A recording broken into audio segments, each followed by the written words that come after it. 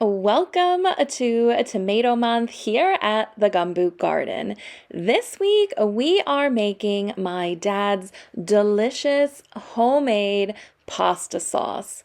Well, my own rendition of my dad's pasta sauce. But we are doing one thing very different from my father. We are not using canned tomatoes here. We have so many fresh tomatoes from the garden that we need to peel and de-seed and then get our pasta sauce going. Now, I must warn you now, this is more of just a fun video. You can try and follow along if you'd like, but I'm really not going to be giving any specific measurements to make this sauce. The first thing we are going to do though is put some olive oil, extra virgin olive oil, into a pan, and we're going to turn that on high. While the olive oil heats up, I'm just going to cut up my sausages. So I just bought some Italian beef sausages from the store, and I'm just chopping them into smaller pieces that we're going to sear in that pan. But I love this sauce. Thanks, Dad. While this is searing, I'm going to chop up my onions. So I just brought in 3 onions from the garden, and I have 6 cloves of garlic.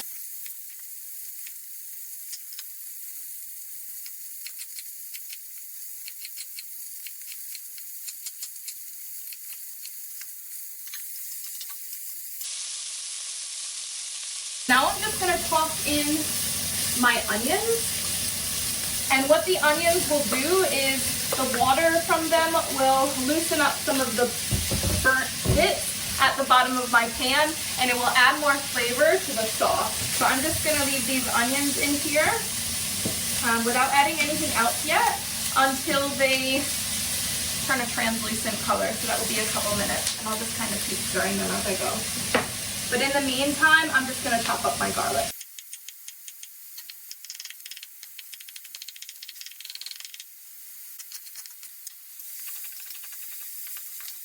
Now that my onions are translucent, I'm going to add in all of my seasonings, and there's going to be a ton. We'll start by adding in our garlic.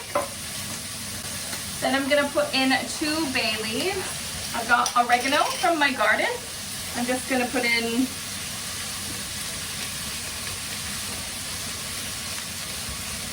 that much. I might add more later.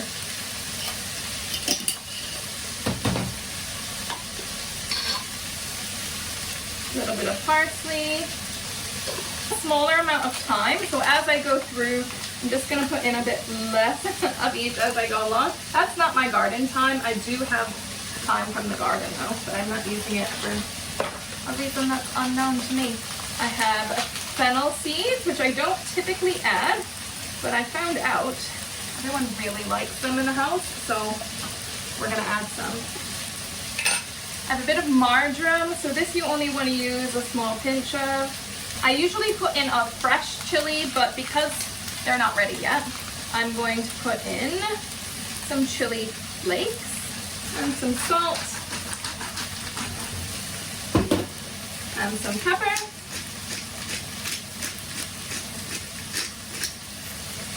When I can start to smell all those spices, then I'm going to pour in some of my leftover red wine. So I'm just using a cab sauv today.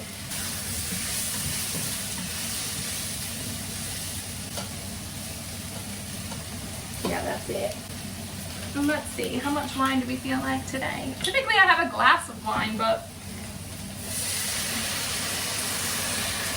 that should be good.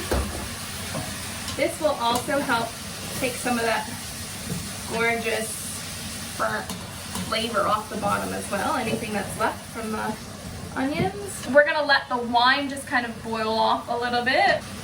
It smells so good.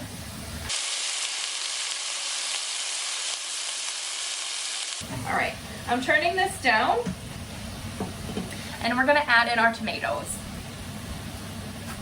So this is what I prepared yesterday. So I've just kind of cut up all my tomatoes, and then I have the extra paste that's in there. We're gonna get this in here before things start to burn.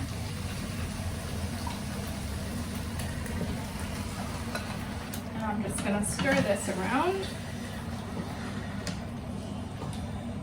And we just wanna have this at like a low simmer right now, just to get everything to start cooking in with each other. And the last thing I'm gonna add into this, which I don't have my own of, is just 2 cans of tomato paste.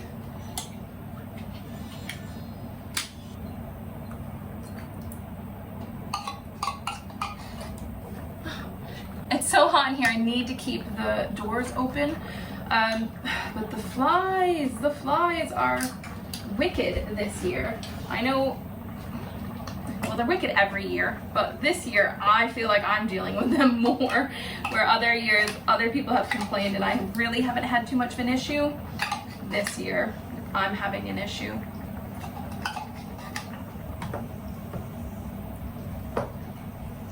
Once all the seasonings are in there, this is what it's looking like.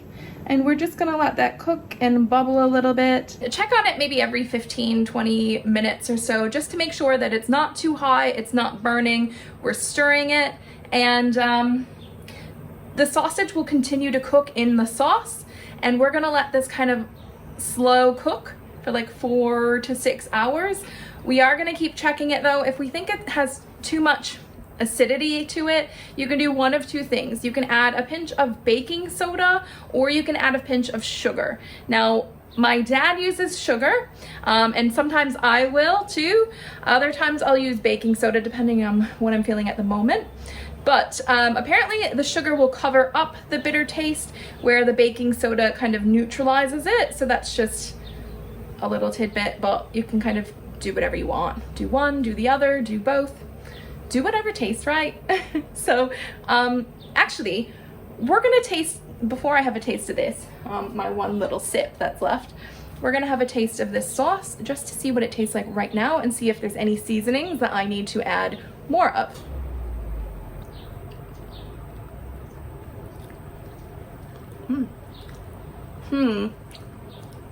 It tastes nice actually, but it is lacking something. I might do more thyme, more oregano, more parsley, and more fennel seeds.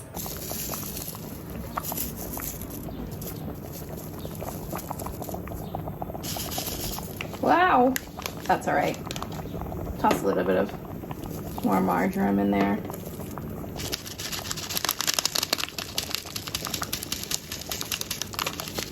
And we're gonna stir that in.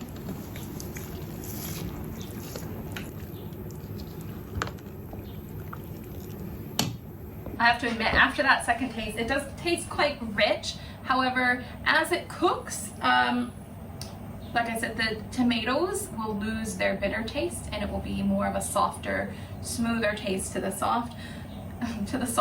The one thing I realized that I didn't put in was some of my basil.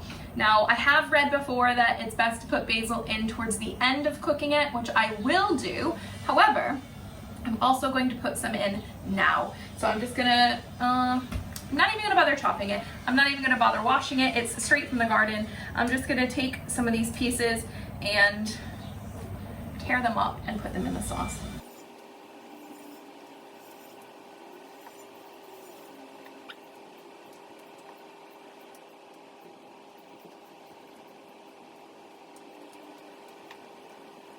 And that will give it some of that basil flavor. Maybe that's actually what it was missing the whole time when I tasted it the first time. Now I'm definitely done adding things for the minute. And we're gonna put the cover on it.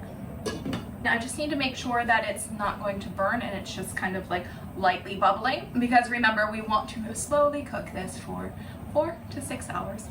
So it was quite hectic right at the start of me doing this, but then once all the seasonings are in, once the sauce is all kind of put together, that's it. So really it takes like what, 10 minutes to put it all together, and then it's just kind of like sitting and waiting. What I am going to do is just tidy up this counter that's a mess. I like all my herbs, I like to have quite neat and in the cupboard. I don't know if anyone else is like this, but I like to pack up my herbs nice and neatly, and I have a certain order that I like to put my herbs in so that I can always find them easily. I don't know, is anyone else like this, or does everyone else just kind of like shove them back into the cupboard? Because I've noticed everyone else in the house just kind of shoves it back in, where I love to know exactly where my herbs are and have a specific place for every one. But anyways, let's get this tidied up.